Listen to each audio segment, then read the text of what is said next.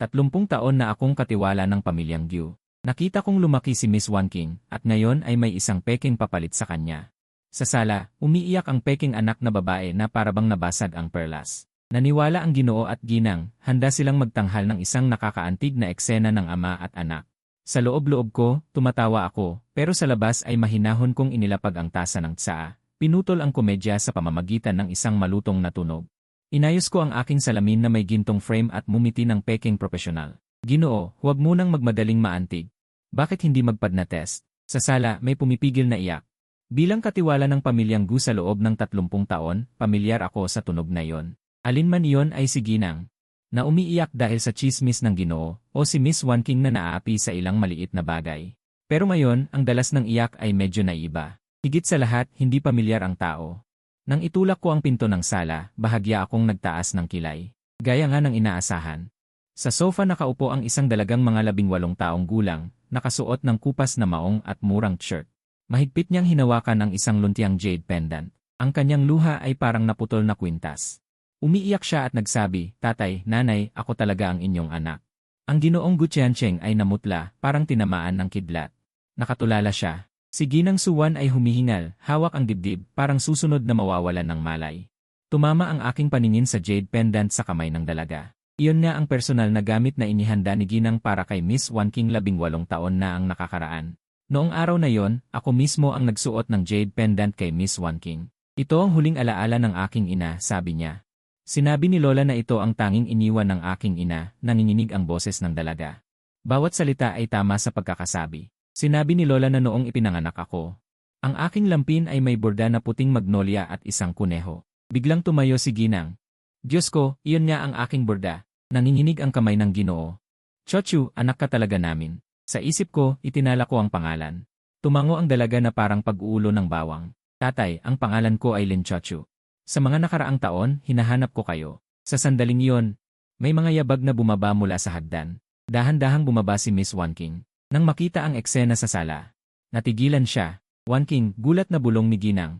Tumingin si Lin Chochu kay Wanking, may kislap ng tagumpay sa kanyang mga mata, pero may inosenteng ngiti sa kanyang labi.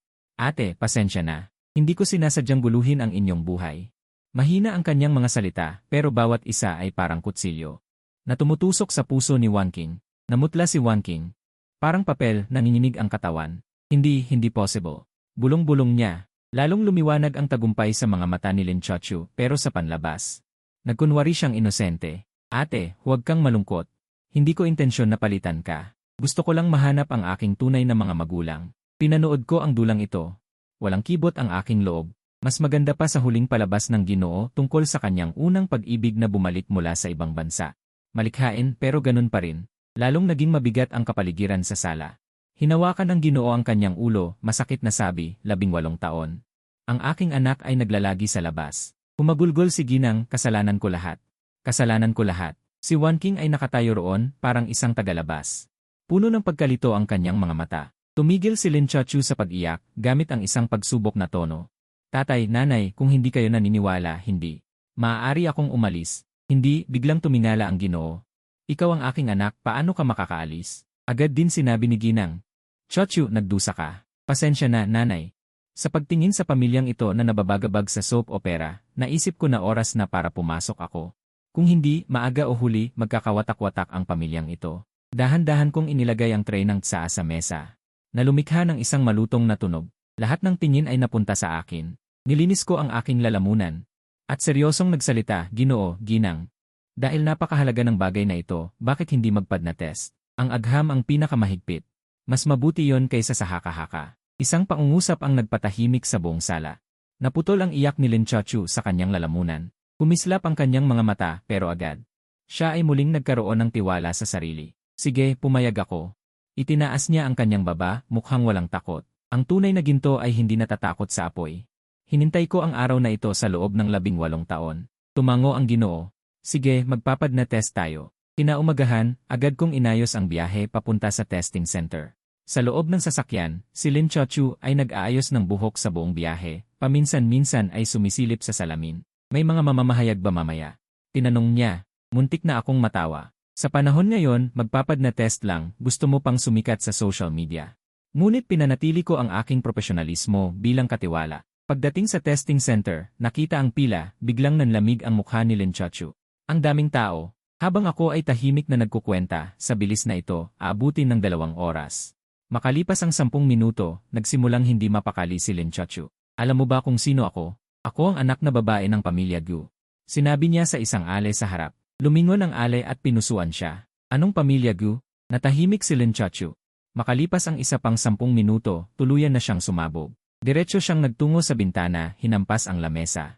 Kami ang Gu Group, pwede bang sumingit? Hindi man lang tumingin ang empleyado. Lahat ay pumipila. Kahit ang presidente, ganyan din. Alam mo ba kung gaano kalaki ang Gu Group? Hindi ko alam. Lahat ay pumipila. Namutla si Linchachu.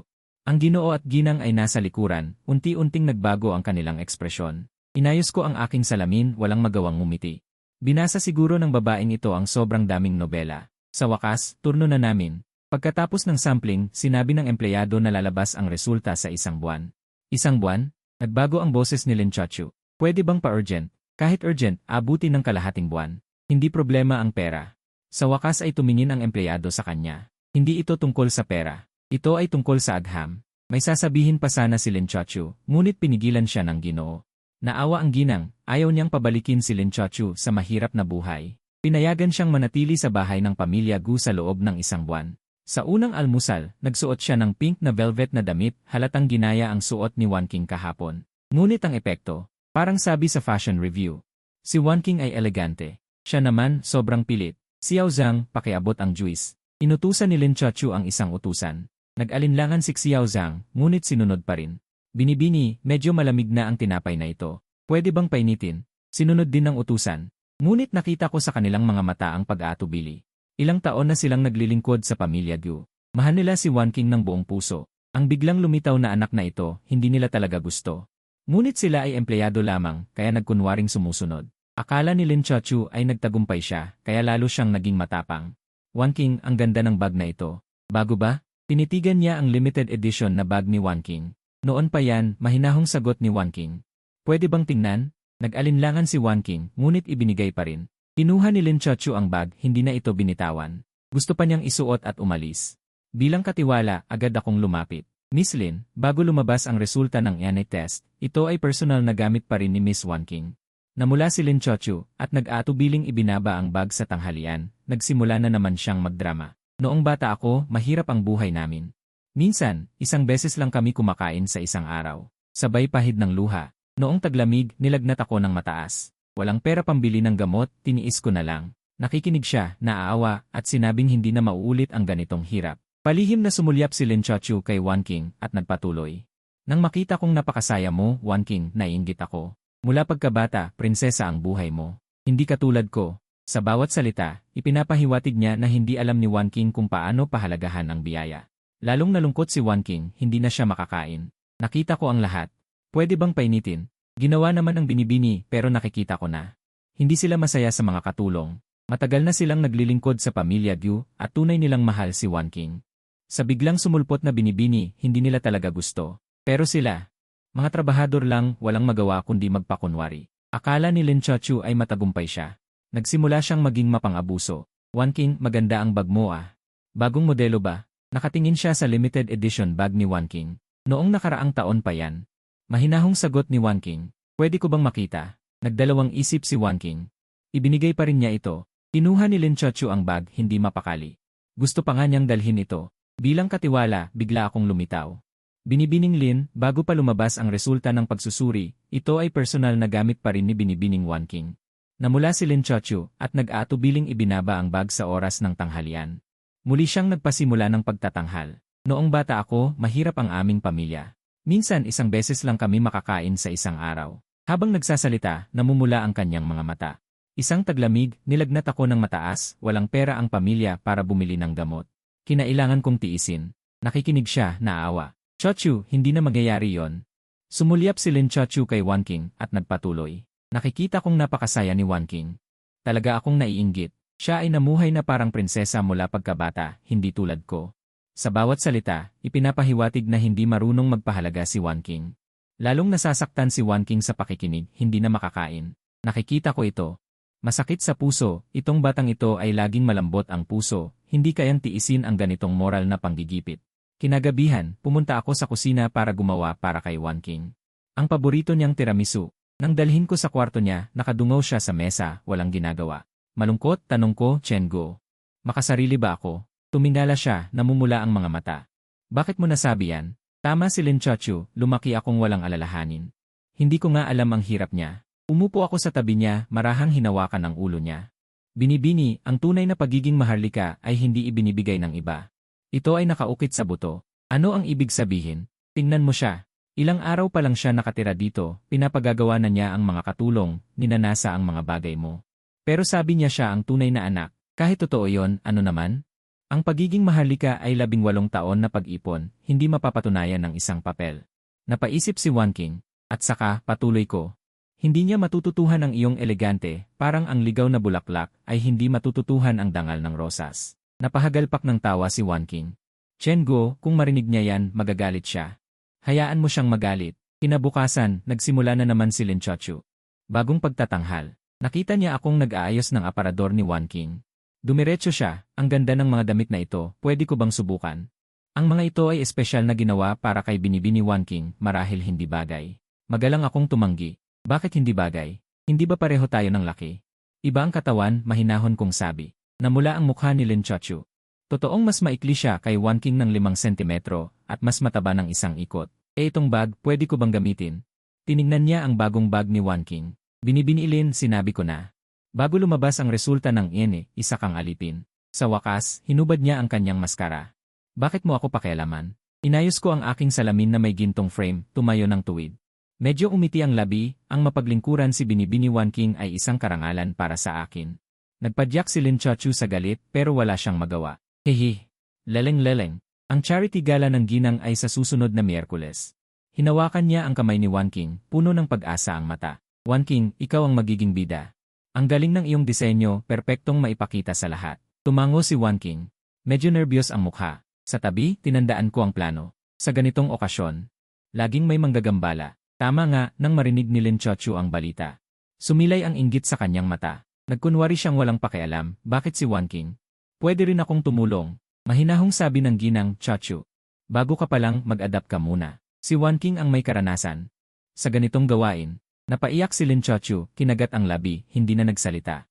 Pero nakita ko ang masamang hangarin sa kanyang mata. Sa mga sumusunod na araw, abala si Wan King. Ang kanyang disenyo para sa programang tulong sa edukasyon ng mga bata. Kasama ang magagandang draft, handa niyang ipakita sa mga charity guests sa gala. Tuwing gabi, pumupunta ako sa kwarto niya para tingnan ang kanyang paghahanda. Chunbo, ano sa tingin mo ang planong ito? Inilatag niya ang draft para makita ko. Chunbo, napaka-considerate mo. Sa hapon ng araw ng gala, nakasuot si Wan King ng puting mahabang damit, parang tunay na dalagang mayaman. Nang pumunta siya sa kwarto para kunin ang draft, biglang may sumigaw. Chunbo, Chunbo. Mabilis akong pumasok sa kwarto niya, nakita ko siyang naghahanap sa lahat ng kahon. Ano, binibini? Nawawala ang draft. Nilagay ko sa mesa, ngayon hindi ko mahanap. Namula ang kanyang mata.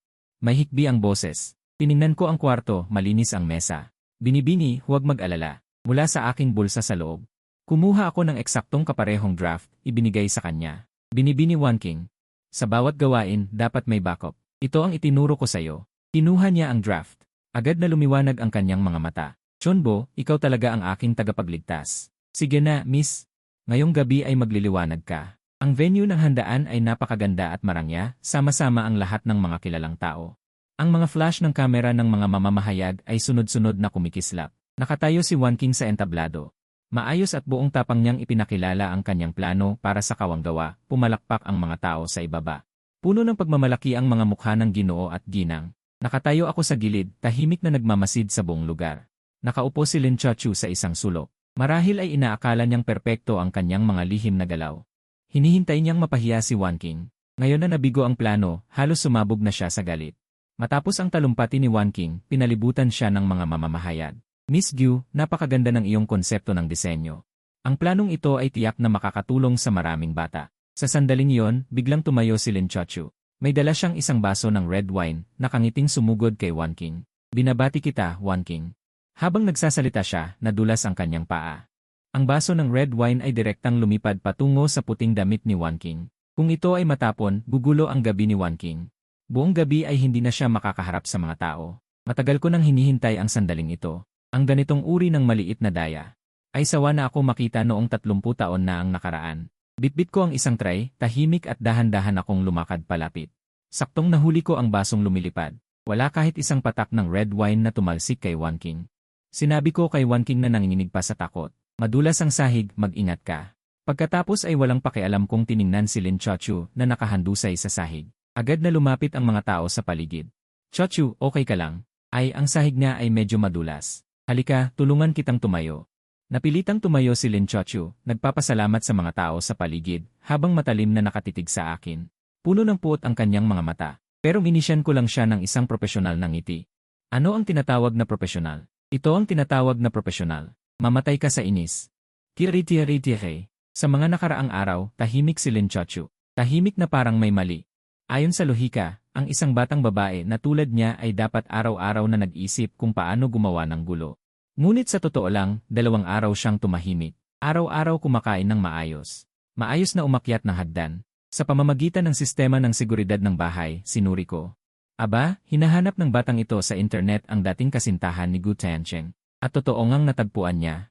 Si Su Yating, kaibigan niya noong kolehiyo, sinasabing first love. 3 taon na ang nakaraan ay bumalik siya mula sa ibang bansa ng 1 beses. Noon ay halos atakehin sa puso ang ginang. Naalala ko, medyo kawili-wili ang paghawak ko noong pagkakataon na yon.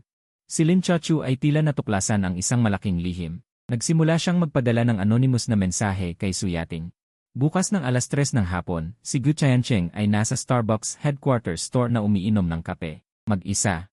Noong panahong iyon, nang bumalik si Su Yating mismo, ako mismo ang nag-ayos na makilala niya ang kanyang asawa ngayon. At sila ay nag-first sight love. Ako mismo ang naghatid sa kanila sa eroplano. Agad kong pinalitan ang lugar ng pagkikita. Pinalitan ko ito ng Yuting 4 Bao Hiso. Pagkatapos ay nagpadala ako ng mensahe sa ginang. Ginang, gustong makita kayo ng dati niyong kaibigan na si Su Yating. Ngayong hapon ng 3:00 sa Yuting. Mabilis na sumagot ang ginang. Seje, Chenbo. Naiisip ko ang ekspresyon ng ginang ngayon. Marahil ay iyong medyo nag-aalangan ngunit walang magawa. Pero laging bukas ang loob ng ginang, hindi siya tatanggi sa pagkikita ng kanyang asawa. 3:00 ng hapon. Ihatid ko ang ginang sa Yuting. Bago bumaba, tinanong pa ako ng ginang. Chenbo, sa tingin mo, ano ang balak niyang gawin sa pagbabalik na ito? Ginang, sobra naman kayo. Isinuot ko ang aking salamin. May mga tao talagang ganyan. Hindi lahat ay may layunin. Tumango ang ginang at pumasok sa club na may dalang bag. Naghintay ako sa kotse ng 2 oras. Nang lumabas ang ginang, mas gumaan ang kanyang mukha. Chenbo, tama ka. Ganyan lang talaga siya.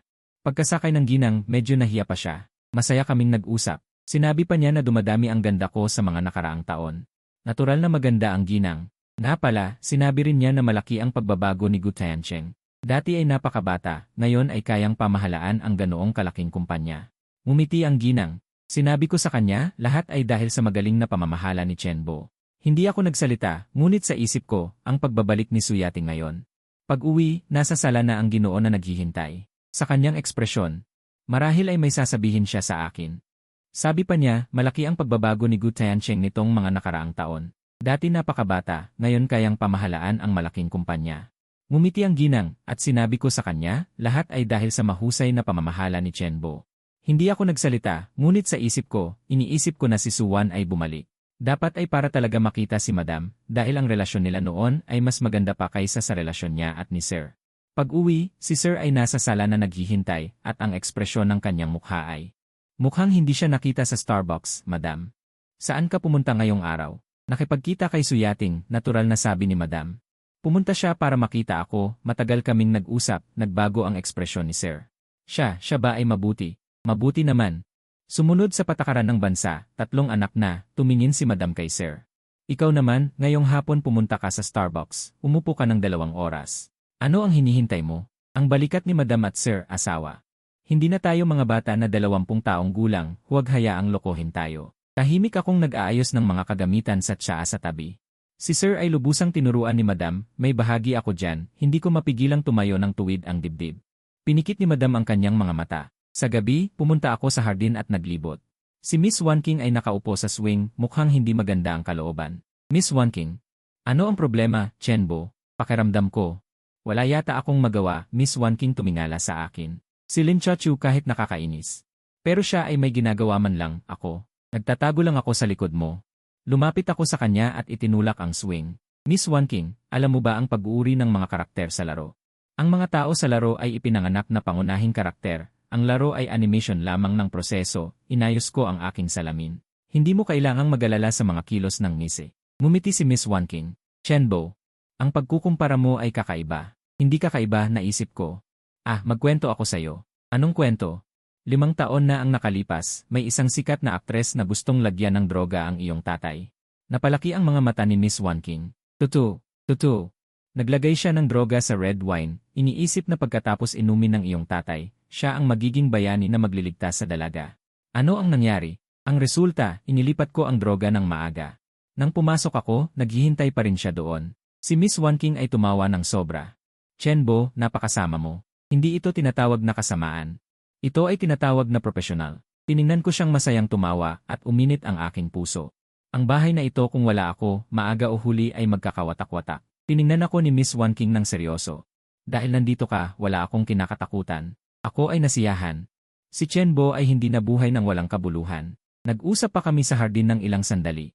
Ang kalooban ni Miss Wan King ay bumuti ng husto. Bumalik sa silid. Binuksan ko ang sistema ng pagmamanman. Si Lin Chachu ay nag-scroll sa kanyang telepono sa silid, tignan ang ekspresyon niya.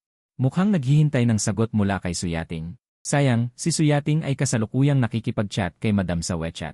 Nagkasundo silang dalawa na magkasamang magpa-beauty treatment sa susunod. Pinatay ko ang pagmamanman. Naghanda ng magpahinga. Bukas ay malamang na panibagong araw, hindi ko alam. Ano pa kaya ang gagawin ni Lin Chachu? Pero okay lang, nasa bahay na ito ako. 30 taon na akong nagtatrabaho. Anong mga eksena ang hindi ko nakita? Puting liwanag ng buwan. Kahalili paglalagay ng droga, peking pagbubuntis. Alin sa mga yon ang hindi ako ang sumalo? Ang trabaho ng katiwala ay puno ng simpleng kasiyahan. Bukas ay ang araw ng pagpapalabas ng resulta ng pagtukoy. Ang hangin ng pamilya Gu ay tensyonado na parang nakaunat na busog, walang nangahas magsalita. Habang kumakain ng hapunan si Sir, nanginginig ang kamay sa sandok. Si Madam naman ay buong araw na nasa silid dasalan. Si Miss Wan King ay halos hindi kumain at bumalik na lang sa kanyang silid. Si Lin Chachu naman ay mukhang kalmado at aktibong nakikipag-usap pa kay Sir at Madam, sinusubukang pawiin ang tensyon. Pero nakikita ko na mabilis umikot ang kanyang mga mata, malinaw na nag-iisip ng masamang plano. 11:00 ng gabi, lahat ng miyembro ng pamilya ay nagpahinga na. Nasa silid ng katiwala ako. Inaayos ang schedule para bukas. Biglang lumiwanag ang telepono sa mesa, ito ay ang infrared alarm ng aklatan. May pumasok. Palihim akong pumunta sa pintuan at nakakita ng isang kahina-hinalang figura. May hinahanap. Si Lin Chachu na batang ito, talagang hindi sumusuko. Inuna niyang ikutin ang mga libro sa aparador, pagkatapos ay hinila ang safe, nang hindi niya mabuksan. Nagsimula siyang maghalungkat ng mga drawer. Pinagmasdan ko siya ng may interes, parang isang hamster. Naabala sa loob ng study. Itong babaeng ito, malamang naghahanap ng testamento ng amo. Para malaman kung magkano ang makukuha niyang mana. Sayang, nasa akin ang testamento. Dahil ako ang punong katiwala ng bahay na ito, lahat ng mahahalagang dokumento ng amo ay nasa akin. Si Lin Chachu ay nagpagod ng halos 1 oras, hinal na hinal, wala pa ring nahanap. Tumayo siya sa gitna ng study, pumaling-aling ang tingin, puno ng hinanakit ang mga mata. Tingin ko sapat na, oras na para pumasok ako sa eksena. Si Lin Chachu ay malapit nang umalis. Parang multo akong sumulpot sa likuran niya, Miss Lin. Nagmumuni-muni, umalinggaw ang boses ko sa dilim, may bahid ng liwanag. Malamig ang gabi, mag-ingat sa sipon. Si Lin Chachu ay halos himatayin sa takot. Nang lumingon siya at makita ako, sumigaw siya ng matinis. Aray, ang sigaw na iyon ay gumising sa buong pamilya Gu. Bumaba ang amo at ang misis, tumakbo rin si Miss Wan King. Ano ang nangyari? Nagmamadaling tanong ng misis. Putlang-putla ang mukha ni Lin Chachu. Itinuro ako, nanginginig ang mga labi, siya. Bigla siyang sumulpot sa likuran ko. Hindi ako nagmamadali, inayos ko ang kwelyo ng aking damit na pantulog. Amo, misis, baka sobrang stress si Miss Lin. At naglalakad sa tulog. Lumabas lang ako ng kwarto, pupunta sa kusina para kumuha ng gatas. At nakita ko siyang nakatayo sa study na parang walang ginagawa. Kumunot ang noo ng amo. Tumingin kay Lin Chachu, saka sa akin, Chachu. Bakit ka nasa study? Si Lin Chachu ay nagmulat ng bibig, wala naman siyang maisip na maayos na dahilan. Ako hindi ako makatulog, gusto kong maghanap ng libro. Lumapit ang misis na may pag-aalala, tinapik ang balikat niya, misis. Kahit anong resulta bukas, ayusin namin ito ng maayos. Bumalik ka muna sa kwarto at magpahinga. Huwag kang masyadong mag-stress. Si Lin Chaochu ay bahagyang tumango pero ang tingin sa akin ay puno ng takot, parang may nakita siyang hindi dapat umiral. Nagmamadali siyang umakyat, nanginginig ang mga yapak. Bumalik na rin sa kwarto ang amo at misis. Bago umalis si Miss Wanking, tumingin siya sa akin, may kakaiba sa mga mata, pero hindi nagsalita. Sa study, ako na lang mag-isa. Lumapit ako sa bintana. Tumitig sa tanawin sa labas. Hay, kung wala ako sa bahay na ito. Siguradong nagkawatak-watak na. Ang tawag mula sa testing center ay alas 10 ng umaga. Sinagot ko ang tawag, sinabi kong ako na mismo ang kukuha ng resulta. Pagkatapos ng tawag, tumingin ako sa mga tao sa sala. Nakaupo ang amo at misis sa sofa. Magkahawak ang kamay, parang nagbibigay ng lakas sa isa't isa. Si Miss Wanking ay nakaupo sa tapat nila. Maputla ang mukha, mahigpit ang kapit ng mga kamay. Si Lin Chaochu naman ay tila magaan ang loob. Nakaupo siya sa isang sofa, may kumpiyansa sa mga mata. Tio Chen, lumabas na ba ang resulta? Medyo kinabahan ang boses ng amo. Kukunin ko na ito. Kinuha ko ang susi ng sasakyan patungo sa pintuan. Sumigaw si Lin Chaochu sa likuran, maraming salamat, Katiwala Chen. Puno ng kayabangan ang tono. Hindi ako lumingon. Makalipas ang isang oras. Dala ko ang selyadong report pabalik sa bahay. Ang sala ay puno ng tensyon. Lahat ay naghihintay sa akin. Si Lin Chaochu ay naghahanda na ng luha, napansin kong bahagyang namumula ang mga mata niya. Malamang umiyak na siya ng maaga para sa magandang eksena mamaya. Narito na ang report. Lumapit ako sa gitna ng sala, itinaas ang brown envelope. Inabot ng amo ang kamay. Pero nanginginig ang mga daliri. Ako na ang magbabasa. Binuksan ko ang selyo. Kinuha ang report sa loob. Si Lin Chaochu ay handa na ang kanyang luha, may pigil na ngiti sa kanyang labi.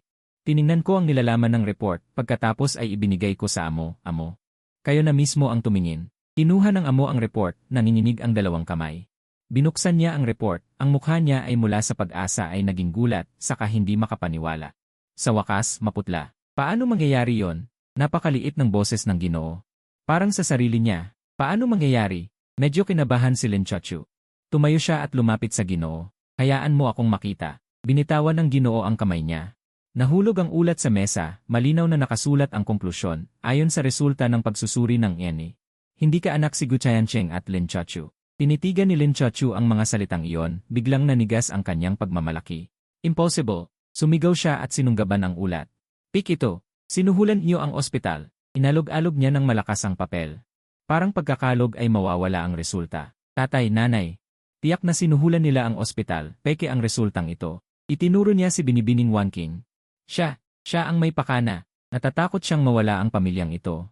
Kaya sinuhulan niya ang ospital. Maputla ang mukha ni Binibining Wanking, ngunit hindi siya nagsalita. Inikot naman ni Lin Chaochu ang sisi sa akin, at ikaw, matandang bruka. Ikaw ang nag-ayos nito. Sinugod niya ako, sinubukang hawakan ang damit ko. Umurong ako ng isang hakbang, Binibining Lin, pakiingatan ang inyong pananalita. Sabay-sabay kayong nagsasamantala sa akin. Tuluyan nang nabaliw si Lin Chaochu. Naglakad-lakad siya sa sala. Gulo na ang buhok. Ako ang anak ng pamilyang Gyu, mayroon akong mahiwagang bato. Alam ko ang lahat ng detalye. Bakit ganito? Lumingon siya sa Ginoo at ginang. Tatay, nanay, maniwala kayo sa akin, may problema talaga sa resultang ito. Tiningnan siya ng Ginoo at ginang, wala na sa kanilang mga mata ang dating awa, kundi pagkabigo lamang. Gawin nating muli ang pagsusuri. Biglang may naisip si Lin Chaochu, muling nagliyab ang pag-asa sa kanyang mga mata. May pagkakamali talaga. Gawin nating muli. Ngumiti ako ng propesyonal ng ngiti bilang katiwala. Habang pinapanood siyang nababaliw. Ang pamilyang ito ay malapit ng magwatak-watak. Sumugod siya kay Gu Chaiyancheng, sinubukang hawakan ang kanyang damit. Umurong si Gu Chaiyancheng ng isang hakbang. Nawala na rin ang huling awa sa kanyang mga mata. Chaochu, kailangan mo nang umalis. Mas malamig ang boses ni Suwan. Ihahatid ka ng mga gwardiya palabas. Tiningnan ni Lin Chaochu ang dalawang mukha. Na dati ay banayad sa kanya at biglang tumawa. Ang tawa ay nakakasakit sa taina parang huni ng kuwago. Haha! Anong klase kayong mayayaman? Hindi ninyo makilala ang sarili ninyong anak, dapat lang kayong maloko. Itinuro niya ang ilong ni Gu Chaiyancheng, gunggong ka, 18 taon na ang nakaraan. Bulag ka talaga. Dumilim ang mukha ni Gu Chaiyancheng, ngunit hindi pa tapos si Lin Chaochu. At ikaw? Lumingon siya kay Suwan, anong klaseng ginang ng mayamang pamilya? Hindi mo mabantayan ang sarili mong anak, nawala ang anak mo at hindi mo alam. Hinawakan ni Suwan ang kanyang dibdib. Pumutla ang mukha. Umusad si Gu Chaiyancheng, tama na. Tumawa ng baliw si Lin Chaochu. Hindi pa ito simula, alam nyo ba? 18 taon na ang nakaraan, kung hindi naging mahina ang puso ng nurse, ang inyong pinakamamahal na anak ay matagal nang. Nagkatinginan si Gu Chaiyancheng at Suwan, may pagkabahala sa kanilang mga mata. Ang pagkakamali 18 taon na ang nakaraan. Ay bakit hindi lang isa? Matalim na napansin ni Lin Chochu ang detalyeng ito. Tiningnan niya si Gu Wanqing pagkatapos ay ang mag-asawang Gyu. Ano? Hindi na ba kayo mangahas na magpasuri muli? Ang kanyang boses ay puno ng masamang kasiyahan. Baka, ang pinalaki niyo sa loob ng 18 taon ay isa ring bastardo. Pumuti ang mukha ni Gu Wanqing. Tumingin siya sa kanyang mga magulang. At natuklasan niya ang pag-aalinlangan sa kanilang mga mata. Ang tinging iyon ng pagdududa ay parang kutsilyong sumaksak sa kanyang puso. Tatay, nanay. Mahina ang kanyang boses, nanginginig. May sasabihin si Gu Tiancheng. Ngunit nilunok na lang ang mga salita. Kaya ibinaba ko ang aking ulo, hindi ako nakatitig sa mga mata ng aking anak. Bumaba sa nagyelong punto ang atmosfera sa sala. Pinagmasdan ni Lin Chochu ang tagpong ito. Lalong naging baliw ang kanyang tawa. Sa sandaling iyon, marahan akong naglinis ng lalamunan. Lahat ng tingin ay napunta sa akin. Inayos ko ang aking salamin na may gintong frame. Nanatili sa aking mukha ang profesional na ekspresyon. Ginoo, Ginang, tama si Binibining Lin ang aking sinabi. Ay nagpahinto sa lahat. Dahil nasa ganito na tayo, dapat nating. Lahat ng pagdududa ay nalutas na, Ginoo, Ginang. Sa katunayan, tungkol sa pangyayari 18 taon na ang nakalipas, mayroon akong mas kumpletong dokumento. Si Lin Chochu ay umiyak ng sira na ang makeup. Namumutla si Gu Tiancheng habang hawak ang ulat ng DNA test. Napapasinghap si Suwan. Nakatayo si Wanqing sa tabi, walang laman ang mga mata. Parang hindi pa nakakabawi mula sa pagkabigla. Kinuha ko ang remote control. Pumindot ako ng ilang beses sa malaking home theater screen ng sala. Sa aming trabaho, kailangan naming may itago na ebidensya, kung hindi, kahit may bibig ka, hindi ka maniniwalaan. Lumiwanag ang screen at nagproyekto ng isang malinaw na CC footage. Ang timestamp sa video ay nagpapakita ng gabing iyon, 18 taon na ang nakalipas, sa nursery ng ospital. Isang babaeng naka-nurse uniform ang pumasok ng palihim, tumingin sa paligid. At ipinagpalit ang 2 sanggol sa kanilang mga kuna. Ang buong proseso ay napakahusay niyang ginawa. Halatang may plano na. Biglang tumigil sa pag-iyak si Lin Chochu, mga matay nakatitig sa screen. Parang nakahawak sa huling pag-asa. Nakita niyo ba? Siya yon. Yung nurse yon, nanginginig ang boses niya sa excitement. Sabi ko naman, ako ang anak ng pamilya Gu. Siya ang may pakana. Nagkatinginan si Gu Tiancheng at Suwan, puno ng pagkabigla at sakit ang kanilang mga mukha. Kung ganoon nga, si Lin Chochu talaga ang kanilang anak at si Wanqing. Lalong namutla ang mukha ni Wanqing. Ginoo, Ginang. Pakitignan niyo pa. Di nagtagal pagkaalis ng nurse, isang binatang naka-uniforme ng janitor. Ang pumasok sa nursery. Kitang-kita ang kanyang mukha sa sisi, iyon ako 18 taon na ang nakalipas. Tumingin ako sa kaliwat kanan para tiyaking walang tao, saka mahusay na ipinagpalit muli ang 2 bata. Ang buong kilos ay mabilis at malinis, parang ginawa na ito ng hindi mabilang na beses. Tahimik na parang patay ang sala. Nakadilat ang mga mata ni Lin Chochu, halos lumuwa. Ang ulat ng DNA test sa kamay ni Gu Tiancheng ay nahulog sa sahig ng may mahinang kalabog. Tinakpan ni Suwan ang kanyang bibig. Ang tingin ay lumilipat-lipat sa pagitan ng binata sa screen at ng akin na nasa harapan. Tulala si Wanqing na nakatingin sa akin, parang unang beses niya akong makita. Tio Chen, pinatay ko ang video at minasahe ang aking mga mata. Binibini Wanqing. Mula simula hanggang wakas, kayo ang tunay na anak ni Ginoo at Ginang. Imposible yan. Sumigaw si Lin Chochu, ang boses ay puno ng sakit. Bakit mo ginawa yon? Bakit? Tumingin ako sa kanya, mahinahon pa rin ang aking tono. Kamakailan lang akong ilipat ng Ginoo noong mga panahong iyon nang hindi sinasadyang marinig ko ang plano ng nurse. Bata pa ako noon. Natakot akong mag-eskandalo kung magsumbong at mapapahiya ang pamilya Gu. Kaya ginamit ko ang pinakadirektang paraan. Nanginginig ang mga labi ni Gu Tiancheng, gusto niyang magsalita ngunit hindi niya magawa. Si Suwan ay umiyak na parang lugmok pero sa pagkakataong ito ay luha ng pagkasabik at pasasalamat. Tio Chen. Biglang sumugod si Wanqing at niyakap ako ng mahigpit. Ito ang unang pagkakataon. Nanawalan siya ng kontrol sa aking harapan. Marahan kong tinapik ang kanyang likod. Binibini. Sabi ko na po, kayo po ang aking binibini magpakailanman. Hindi ito magbabago kailanman.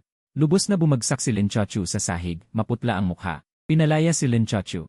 Bago umalis, binigyan pa rin siya ng ginang ng pera. Gamitin mo to para magsimula muli. Hindi malamig ang boses ng ginang pero wala ring pakialam. Nanginginig ang mga kamay ni Lin Chochu. Nang kunin ang tseke, 500,000. Ang perang ito ay sapat para mabuhay siya ng maayos sa ordinaryong lugar. Pero para sa kanyang pinangarap na pagkatao bilang anak ng mayamang pamilya, ang halagang ito ay hindi man lang pambili ng candy. Gusto niyang magsabi ng isang bagay. Ngunit sa huli ay wala siyang sinabi. Hila ang maleta, paulit-ulit na lumingon bago lumabas ng pintuan ng pamilya Gu. Tumayo ako sa tabi ng bintana, pinagmamasdan ang kanyang anino na nawawala sa kanto ng kalye. Makalipas ang isang buwan, nagdaos ang pamilya Gu ng isang marangyang piging. Upang ipagdiwang ang ika-18 kaarawan ni Wan King, ang buong sala ay pinalamutyan ng makintab. Balita ko, ang issue tungkol sa peking anak na babae ay naresolba na, may DNA test pa nga. Suot ko ang pinakapormal kong uniforme ng katiwala. Naglibot-libot ako sa banquet hall. Sa kalagitnaan ng piging, biglang tumayo ang Ginoo. Hawak niya ang kanyang baso, binawian ang lalamunan. Tuluyang natahimik ang buong paligid. Ngayong araw, bukod sa pagdiriwang ng pagtanda ni Wan King, gusto ko ring pasalamatan ang isang tao. Nahulog ang tingin ng Ginoo sa akin. Si Chen Bo, pakiusap umakyat sa entablado. Nagulat ako saglit.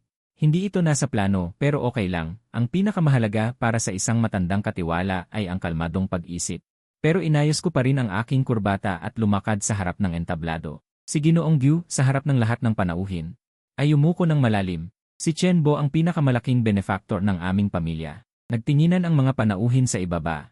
Hindi maintindihan kung paano naging benefactor ang isang katiwala. Pero mabilis nilang naunawaan. Maikling sinabi ni Ginoong Gu ang pangyayari 18 taon na ang nakalipas. Siyempre, maraming detalye ang inalis, tanging sinabi na natuklasan ko ang plano ng pagpapalit ng sanggol at napigilan ito sa tamang oras. Umalinggaw ang palakpakan sa ibaba. Tinanggap ko ang mga ito pagkatapos ay umatras sa isang tabi. Ipinagpatuloy ko ang aking tungkulin bilang katiwala. Ang bahay na ito, kung wala ako, tiyak na magkakagulo. Nang malapit nang matapos ang handaan, lumapit si Wan King sa akin, may hawak na baso ng champagne. Ngayong gabi, suot niya ang isang puting mahabang damit, mukhang isang tunay na binibini ng mayamang pamilya. Hindi na siya ang batang babae na dati ay nag-aalala dahil sa pagdududa sa kanyang pagkatao. Chen Bo, pilya siyang kumurap. Talagang salamat sa'yo. Umiti ako. Ano man ang mangyari, asikasuhin ko ito para sa inyo, miss. Napatawa siya ng mahina. Kung gayon, panatag na ako. Tiningnan ko ang kanyang ngiti. Naalala ko ang kanyang itsura noong bata pa. Noong siya ay 7 taong gulang, isang babaeng nag-aklang. Siya ang kanyang tunay na ina ay dinaya siya, at dahil sa isang lollipop, muntik na siyang sumama sa kanya. Ako pa ang nakapansin agad, kumuha ng kutsilyo para sa pakwan at hinabol siya ng 3 kalye. Bago ko siya napigilan, noong 12 taong gulang siya, isang artista ang nag-aklang. Buntis siya sa anak ni Ginoong Gu, gumawa ng malaking iskandalo. Sa huli, ako ang nakahanap ng tunay na nobyo ng artistang iyon. Hindi pala siya buntis, gusto lang niyang sumikat sa pamamagitan ng iskandalo. Ngayon naaalala ko, ang mga taon ng aking trabaho ay puno ng simpleng kasiyahan. Kinabukasan, tinawag ako ni Ginoong Gu sa kanyang aklatan. Sa mesa ay may isang dokumento. Chen Bo, ito ang 5% ng shares ng Gu Group. Seryoso ang ekspresyon ni Ginoong Gu. Iniligtas mo ang aming pamilya, ito ang nararapat sa iyo. Tiningnan ko ang dokumento at umiling. Ginoong Gu, hindi ko ito matatanggap. Bakit? Ang aking tungkulin ay maging katiwala. Hindi shareholder. Inayos ko ang aking salamin. Ang pag-aalaga sa bahay na ito ay ang aking halaga. Natigilan si Ginoong Gu pagkatapos ay ngumiti ng mapait. Alam ko, ganyan ang sasabihin mo. Mula sa drawer, kuha niya ang isa pang bagay, isang itim na card. Ito naman, siguradong tatanggapin mo. Walang limitasyon at may permanenteng bakasyon na may sahod. Kinuha ko ang card. Ito ay pwede. Pagkatapos ng 30 taon, dapat may kaunting seguridad na rin. Sa bakasyon, hindi na, sabi ko. Natatakot ako kapag umalis ako, hindi na marunong magbukas ng gas ang pamilya. Si Ginoong Gu ay tumawa ng malakas. Ang iyong bibig talagang matalas pa rin. Pagkatapos pumasok ni Wan King sa universidad, madalas siyang tumawag sa akin. Bawat tawag, unang salita ay, Chen Bo, okay ka lang ba? Para siyang maliit na matanda na nag-aalala sa akin. Palagi akong sumasagot. Mabuti, mag-aral ka ng mabuti. Iulat niya sa akin. Ang mga masasayang kwento sa eskwela, minsan ay magreklamo na sobrang daming takdang aralin. Isang beses, sinabi niya, Chen Bo, miss na kita. Natigilan ako. Ang babaeng ito, lalong marunong maglambing. Kung miss mo ako, mag-aral ka ng mabuti, huwag mo akong ipaalala. CJ, magiging mabuting mag-aaral ako. Sa oras na yon, alagaan kita sa pagtanda. Pagkatapos ibaba ang tawag, umupo ako sa bakanteng sala. Biglang nakaramdam ako ng emosyon. Ang bilis ng panahon. Ang maliit na batang iyon ay lumaki na. At malapit na akong magretiro. Sinimulan kong ayusin ang aking 30 taong tala ng trabaho. Isang makapal na notebook, puno ng iba't ibang hindi kapani-paniwalang mga dramatikong pangyayari. At ang aking mga solusyon sa mga ito, ipapamana ko ito sa aking kapalit. Pangyayari numero 001. Paggamot sa pinsan ng asawa na nagtangkang akitin si Ginoong Gu. Solusyon. Ipinakilala sa pangalawang anak ng pamilya Wang sa tabi. Ngayon, masaya silang dalawa. Pangyayari numero 015. Ang pagharap sa insidente kung saan nilason ang asawa ay solusyon na palitan ng vitamin ni effervescent tablets. Nabigo ang plano ng kalaban numero ng insidente 037 pagharap sa karibal sa negosyo ng asawa. Ang babaeng espiya na ipinadala solusyon ipakilala sa aking pamangkin na walang asawa. Kasal sila sa susunod na buwan nang makita ko ang mga tala na ito, hindi ko napigilang tumawa. Isang hapon ng Sabado maganda ang sikat ng araw nagpuputol ako ng mga rosas sa hardin. Ito ang paborito kong bunting nakikita ang mga bulaklak na nagiging maayos sa aking kamay. Malaking kasiyahan Tio Chen narinig ko ang boses ni Wan King mula sa pinto. Bumalik siya may kasama siyang isang lalaking gwapo. Mukhang may pinag-aralan pero napansin ko ang tingin niya kay Wan King. 3 bahagi sigasig 7 bahagi pagmamanipula Tio Chen. Tio Chen ito ang kaklasiko na si Liming Xuan ipinakilala ni Wan King magalang na tumango si Liming Xuan sa akin. Kumusta Tio Chen hinila ako ni Wan King sa isang tabi. Pabulong sabi Tio Chen tila anak siya ng mortal na kaaway ng tatay ko. Inayos ko ang aking salamin ang refleksyon nito ay naglabas ng malamig na liwanag mukhang maaantala ang plano kong magretiro. Ang pamilyang ito kung wala ako tiyak magkakagulo.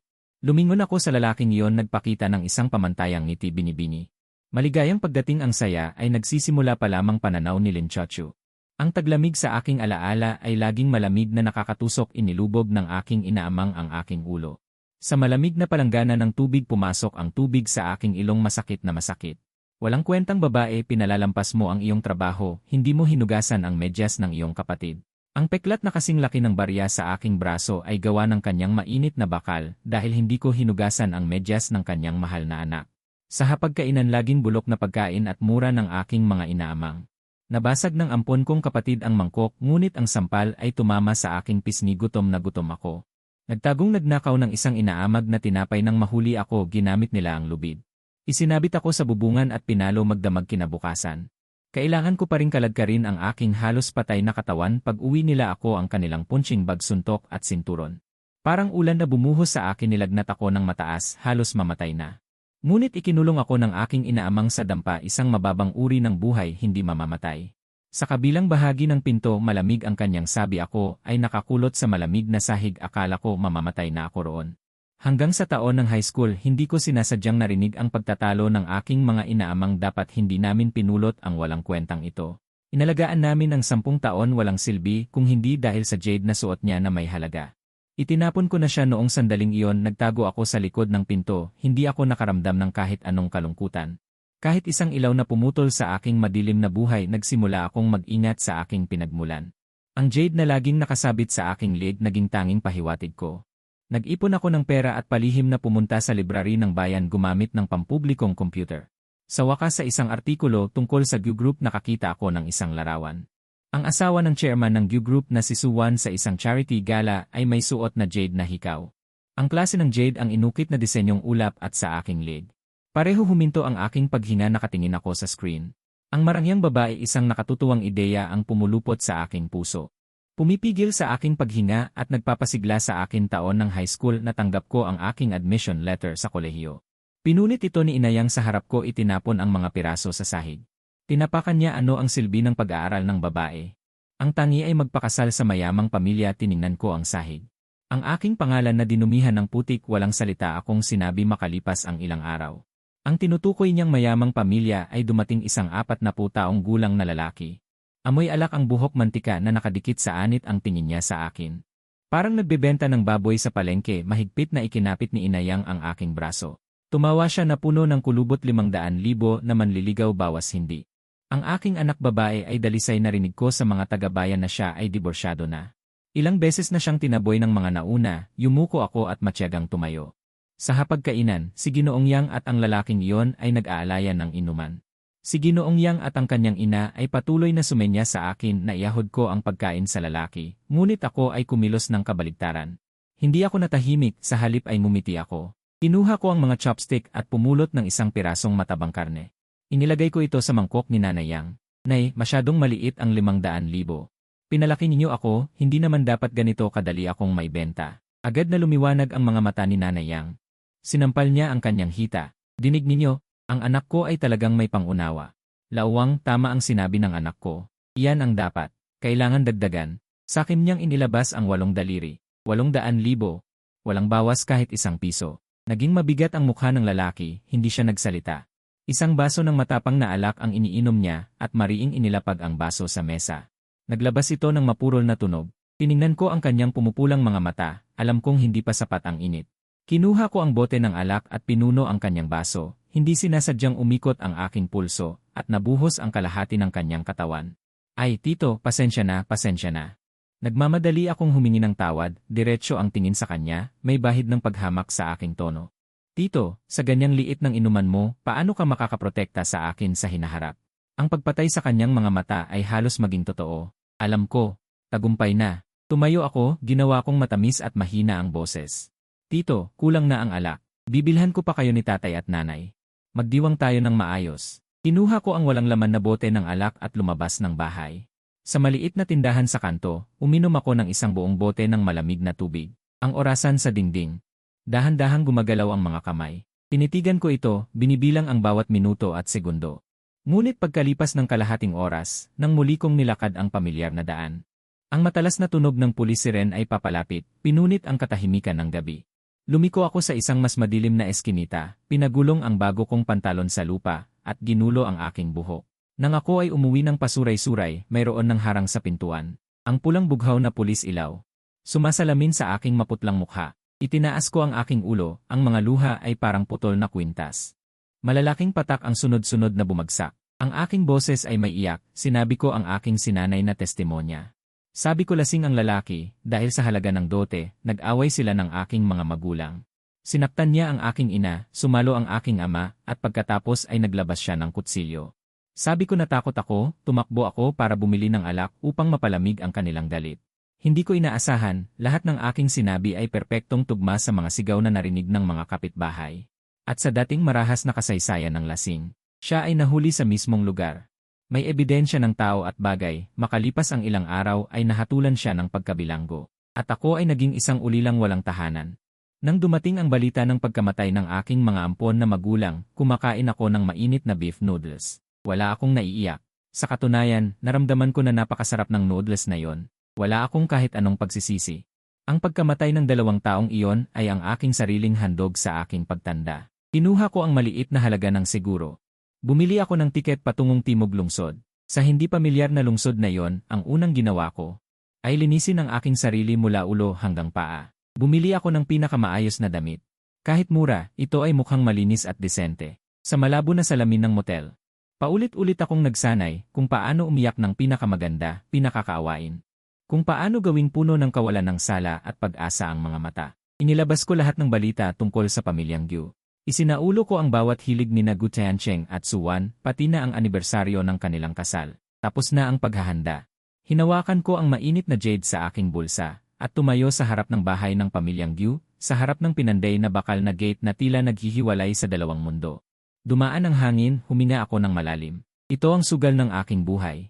Tama ang aking taya. Sa sandaling iyon, narinig ko ang mga yapak mula sa hagdan. Isang batang babae ang bumaba, suot ang isang sutlang pantulog na nakita ko lang sa mga magazine. Ang buhok ay malambot na nakasabit sa kanyang balikat, may katamlayan sa kanyang mga mata dahil sa pagkagising. Si Gu Wanking iyon. Siya ay may lahat ng bagay na hindi ko kailanman nagkaroon, elegante, tiwala, at ang kapayapaan na maingat na pinapalaki ng pera at pagmamahal. Ang inggit ay parang isang makamandag na ahas, mahigpit na kumagat sa aking puso. Ibinaba ko ang aking ulo at tinawagan siya gamit ang pinakamahinang boses. Ate, malinaw kong nakita na biglang naging maputla ang mukha ni Gu Wanking. Isang sakit na kasiyahan ang bumulwak sa aking puso. Ang boses ni Suwan ay puno ng pag-aalangan. Susubukan ko sanang magpatuloy, ngunit isang anino ang tahimik na lumitaw sa aming tabi. Ginoo, ginang. Isang matandang lalaki na nakasuot ng uniforme ng katiwala. Ang buhok ay maayos na maayos, may suot na salamin na may gintong frame. Ang katiwalang si Chenbo. Ang kanyang mga mata ay napakatahimik, tila isang malalim na lawa. Nagdulot ito sa akin ng hindi maipaliwanag na pagkabalisa. Sulyap niya ako, pagkatapos ay tumingin sa mag-asawang Gu Tiancheng. Kung napakahalaga ng bagay na ito, bakit hindi magpad na test? Gamitin ang agham upang magsalita. Namilipit ang aking mga kamao, ngunit kailangan kong magmukhang nasaktan at tahimik sa aking mukha. Nararapat lamang. Gusto ko ring umuwi ng may dangal. Sa testing center, ang mahabang pila ay nagpapagulo sa aking isip. Tumingin ako sa taong nasa unahan at hindi napigilang magsalita. Maaari ba tayong Hindi ko natapos ang sasabihin ko, pinutol ako ng isang babaeng nasa tabi na nanunuya ngayon. Sa panahong ito, kahit sino ay gustong sumingit sa pila. Namula ang aking mukha. Automatiko akong tumingin sa mag-asawang Gu Tiancheng. Ang ekspresyon sa kanilang mga mukha ay napakasalimuot, may bahid ng hiya. Iniwas nila ang kanilang mga tingin. Sa sandaling iyon, nakaramdam ako ng matinding hiya. Ito ang unang araw ko sa pamilya Gu. Isinuot ko ang bagong damit na inihanda ng mga katulong. Tinularan ko si Gu Wanqing, ituwid ang aking likod. Ngunit nang lumiko ako sa sulok, narinig ko ang mahinang tawanan ng dalawang katulong. Kahit magsuot ka ng robe ng dragon, hindi ka pa rin kamukha ng prinsipe. Sumugod ako sa banyo. Tumingin ako sa salamin at nakita ko ang aking sarili na payat at dilaw, may takot at pait sa aking mga mata. Sinubukan kong utusan. Isang katulong na dalhan ako ng tubig. Siya ay magalang na yumuko. Sige po. Binibininglin ngunit nakita ko ng malinaw. Nang siya ay lumiko.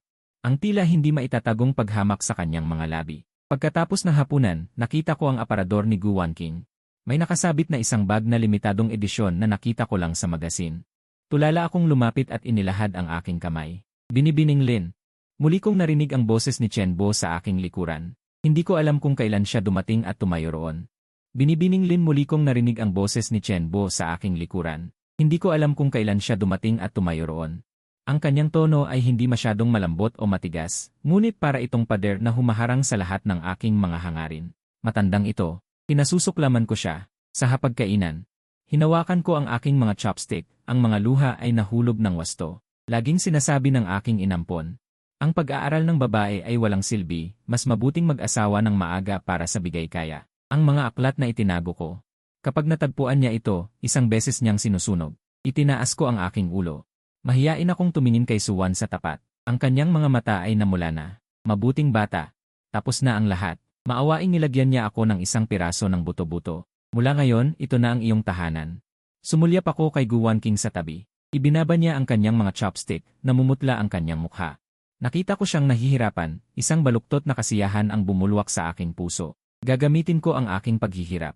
Upang paalalahanan siya sa bawat sandali na ang lahat ng mayroon siya ngayon ay dapat ay akin. Pagkatapos ng hapunan, inihayag ni Gu Tiancheng na ang taunang charity gala ay pangungunahan ni Gu Wanqing. Narinig ko ang pagmamalaki sa kanyang boses, ang selos ay parang insekto na kumakain ng aking puso. Ito ang entablado na pinapangarap kong tapakan, ang entablado na makapagpapatunay ng aking pagkatao. Tita, gusto ko ring tumulong sa pamilya. Tumayo ako. Hayaan niyo akong tumulong kay ate. Ngumiti ng mahina si Suwan, ngunit ang ngiti ay hindi umabot sa kanyang mga mata. Chochu, kararating mo lang. Hindi mo pa alam ang mga gawain ng pamilya. Magpahinga ka muna. Ang usapin ng gala, si Wanqing ay nasanay na mula pagkabata. May karanasan siya. Nakaramdam ako ng galit. Itinuturing nila akong isang walang alam na probinsyana. Kailangan kong patunayan na mas mahusay ako kaysa kay Gu Wanqing. Nagpa siya akong sirain ang kanyang gala. Sa hating gabi, palihim akong pumasok sa silid-aralan ni Gu Wanqing. Ang magandang disenyo ay nasa mesa. Walang pag-aatubili kong kinuha ito. Isiniksik ko ito sa aking damit. Halos maisip ko na sa gabi ng gala, si Gu Wanqing ay nakatayo sa entablado. At haharap sa walang laman na podyum, ang kanyang gulat na hitsura. At ako ay tatayo at gagamitin ang aking hindi pa hinog na mga ideya upang malutas ito para sa kanya. Galit na galit akong naghanap sa ilalim ng entablado. Sa wakas ay tumigil sa gilid ng entablado, ang mayordomong si Chen Bo. Nakatayo siyang tuwid na tuwid, walang ekspresyon sa mukha. Siya yon. Siya na naman. Ang galit at kahihiyan ay sumira sa aking bait. Kinuha ko ang isang baso ng red wine mula sa tray ng waiter, at sinalpok ko ang puting gown ni Gu Wanqing. Gusto ko siyang ipahiya sa publiko. Noong isang hakbang na lang ang layo ko sa kanya, isang anino ang humarang sa akin. Si Chen Bo. May tray din siya sa kamay at eksaktong sinagot nito ang aking baso. Ang red wine ay natapon sa kanyang tray, walang kahit isang patak na tumalsik kay Gu Wanqing. Dumulas ang aking paa at nahulog ako ng pagkahalas sa sahig. Ang tingin ng lahat ay nasa akin. Narinig ko ang hindi mapigilang mahinang tawa. Si Chen Bo ay tumingin sa akin mula sa itaas, ngumiti ng walang init. Isang profesional ng ngiti. Miss Lin, madulas ang sahig. Mag-ingat po. Ang sunod-sunod na pagkatalo ay nagpalinaw sa akin na habang nandyan ang matandang asong si Chen Bo. Hindi ako kailanman mananalo ng harapan laban kay Gu Wanqing. Masyadong mataas ang pader, nabangga ako at nasugatan. Tanging naririnig ko ay ang tawa ni Gu Wanqing mula sa loob. Hindi ako magtatagumpay sa harapan. Kaya mula sa loob ko sisirain. Ginastos ko lahat ng aking sukling pera, naglalagi sa internet cave. Parang isang uod, hinalungkat ko lahat ng maaring matagpo ang nakaraan ni Gu Tiancheng. Sa wakas, sa isang hindi mahalata at lumang post sa Financial Forum, nakakita ako ng isang pangalan. Su Yating, ang unang pag-ibig ni Gu Changcheng. Siya ay minahal niya ng sobra. Ngunit hinadlangan ng pamilya ang kanyang white moonlight. Nakita ko ang malabong lumang larawan, ang babae ay may 3 bahaging pagkakahawig kay Suwan. Napangiti ako. Ang tinatawag na pag-ibig sa mayamang pamilya, ang tinik na ito. Sapat para tusukin ang peking maskara ni Suwan na magiliw at disenteng anyo. Gumamit ako ng hindi rehistradong Niles card. Gumawa ako ng isang malabong text message at ipinadala sa kasalukuyang numero ni Su Yating. Sabi ni Changcheng, hindi ka pa rin niya makalimutan. Naghihintay na magulo ang pamilya Gu. Naghihintay na maging magkaaway sina Suwan at Gu Changcheng. Naisip ko na rin. Sa oras na sila ay nag-aaway ng grabe, magpapanggap akong hindi sinasadyang pumasok para makialam, tapos hindi sinasadyang magsabi. Ako ang nakatuklas ng lihim ni Gu Changcheng. Sa oras na yon, tiyak na ituturing ako ni Suwan na kanyang sarili. Ngunit ang hinintay ko ay ang kapayapaan ng pamilya Gu gaya ng dati. Hanggang narinig ko ang mga alila na nagbubulungan. Si Ginoo kahapon ay pinaupo ng ginang na matulog sa silid-aklatan. Sabi nila pumunta siya sa isang club para makipagkita sa dati niyang kaibigan, nahuli siya ng ginang. Totoo naman, ang ginang ay nasa parehong club na nagpaspa. Sabi mo, hindi ba't nagkataon?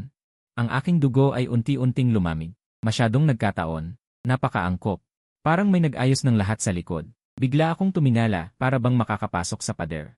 Nakita ko ang mga mata ni Chenbo na nakatago sa likod ng kanyang gintong salamin. Nakatingin siya sa akin. Para siyang nakatingin sa isang unggoy na tumatalon-talon. Isang malalim na lamig ang umakyat mula sa aking mga paa. Nakaramdam ako ng kawalan ng lakas na hindi ko pa naranasan. Malapit nang lumabas ang resulta ng NA test. Hindi na ako makapaghintay. Kailangan kong humanap ng siguro para sa sarili ko. Isang siguro na kahit may aberya sa resulta ng test, mananatili ako sa pamilya Gu. Tulad ng isang testamento. Sa hating gabi, parang multo akong pumasok sa silid-aklatan. Hinalughog ko lahat ng drawer, ngunit mga hindi importanteng dokumento lang ang natagpuan. Noong handa na akong buksan ang safe. Ang pinto sa likod ay tahimik na bumukas. Nakatayo doon si Chenbo, parang isang estatwang walang buhay. Miss Lin, naglalakad sa panaginip. Ang kanyang boses ay hindi mataas o mababa. Ngunit parang isang martilyo na tumama sa aking puso. Natakot ako at muntik nang bumagsak. Ngunit siya ay nauna sa akin, pinalakas ang kanyang boses. Ginoo, Ginang. Si Miss Lin ay maaaring sobra ang stress. Medyo naglalakad sa panaginip. Dumating sina Gu Changcheng at Suwan nang marinig ang ingay, nakita nila ang aking pagkahalas na itsura. Ang kanilang mga mata ay hindi maitago ang pagdududa. Iniligtas ako ni Chenbo, ngunit ang naramdaman ko ay ang takot at kahihiyan na tumagos sa aking buto. Sinasabi niya sa akin na kaya niya akong durugin ng madali. Tiningnan ko siya, alam kong wala na akong atrasan. Isang huling barahan na lang ang natitira sa akin. Ang iyan ay test report na pinaniniwalaan kong walang duda. Bumalik si Chenbo. May hawak siyang isang brown paper bag, tahimik ang kanyang mga hakbang sa makinis na sahig. Bawat hakbang ay parang tinatapakan ang aking puso. Nakaupo ako sa sopa, magkadikit ang mga kamay sa tuhod, malalim ang kuko na sumasabit sa laman. Naisip ko na rin kung anong posture ang gagamitin ko para sumugod sa yakap ni Suwan. Upang umiyak tungkol sa aking 18 taong paghihirap. Kinuha ni Gu Changcheng ang file bag mula kay Chenbo. Nanginginig ang kanyang kamay, pinunit niya ang selyo at inilabas ang mga papel na magpapasya sa aking kapalaran. Tahimik ang sala, naririnig ang bawat paghinga, nang maalis ang ugnayan ng magulang at anak. Ang mga maitim na titik ng pamilya, parang mga palaso, na tumusok sa aking mga mata. Nawala ang tunog ng mundo. Impossible. Bigla akong tumayo. Nakatitig sa ulat na yon. Impossible ito. Ang jade ay totoo. Lahat ng detalye na sinabi ko ay totoo, kayo ang may kagagawa nito. Tiyak na kayo. Para akong isang nakulong na mabangis na hayop, sumisigaw ng walang pagpipilian. Tumingin ako kay Gu Wanking, ang kanyang mukha ay may tamang pagtataka na sumasakit sa akin. Ikaw di ba? Natatakot ka na babalik ako at agawin ang lahat sa iyo. Lumingon ako sa isang katiwala na parang isang iceberg, pati ikaw. Ikaw itong matandang ito, mula sa unang araw na pumasok ako ay hindi mo ako gusto. Tiyak na ikaw ang may kagagawa nito. Nakita ko ang awa sa mga mata ni Gu Changcheng at Suwan, unti-unting nawawala. Naging pagkadismaya. Ang tingin nila sa akin, parang sa isang baliw na nag-aalboroto. Wala nang daan, alam ko na napilitan ako sa wakas. Isang masamang ideya. Lumabas mula sa pinakamadilim na sulok ng aking puso. Bigla akong ngumiti. Ang tawa ay matinis at hindi maganda. Isang peking ulat. Ay natakot sa inyo.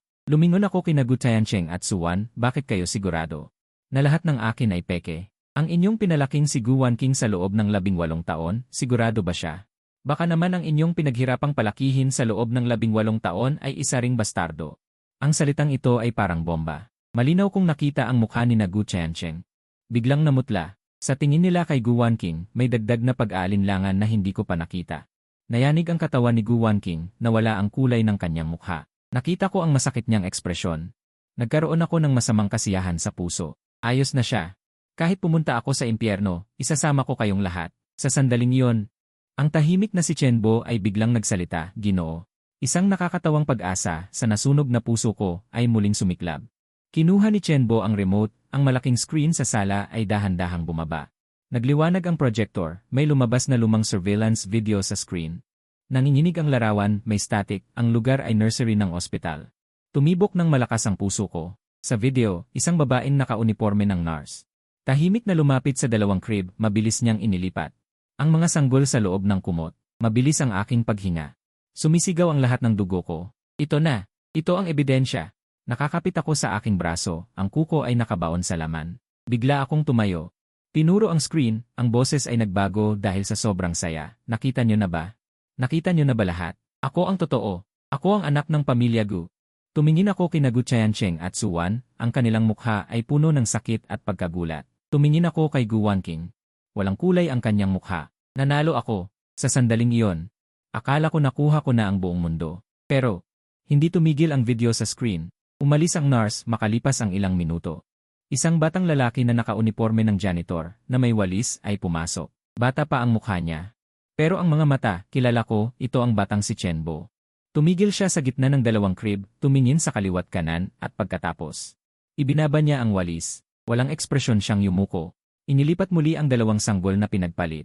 Ang dugo na kumukulo sa aking tenga. Biglang lumamig, lumubog sa aking mga paa. Ang aking utak. Tumigil sa pag-isip. Lahat ng nasa harap ko, naging mga walang saysay na piraso. Ganito pala. Lahat ng aking pagpupumilit. Ang aking maingat na pagganap, ang aking sugal na walang babalikan, mula pa sa simula. Ay isang biro lamang. Hindi ako ang pinalitang tunay na anak, hindi man lang ako ang. Ang maling pinalit na pekang anak na babae ako lang ang naipalit. At pinalitan muli isang pagkakamaling basta na lang itinama. Nakadapa ako sa sahig parang isang manika na inalis ang kaluluwa si Gu Wanji ay inaalo ni Chen Go. Siya ang tunay na dalagang panghabang buhay kahapon ay binigyan ako ng tseke ang tono ay laging mahinhin. Kunin mo ito huwag ka nang magpakita muli kinuha ko ang tseke. Nanginginig ang kamay ko parang salaan 50,000 para sa dating pamilya ko ay malaking pera. Pero para sa pangarap kong buhay ni isang bag ay hindi mabili pinalabas ako ng dalawang naka-uniformeng gwardiya. Nang may paggalang sa pintuan ng pamilya Gu na tinitirhan ko ng isang buwan. Lumingon ako ang mabigat na inukit na pintuang kahoy ay dahan-dahang sumara sa likod ko. Naghiwalay ng dalawang mundo ang kalayaang ipinagpalit ko ng husto ay mula lang sa isang impyerno. Patungo sa isa pang mas malawak na impyerno talo ako ng tuluyan kinaladkad ko ang maleta ko. Naglibot sa lansangan ng lungsod wala akong mapuntahan, bakit ganito ang tadhana sa akin? Ang buhay ko siguro mula pa sa simula ay nakatakdang nasangbangin.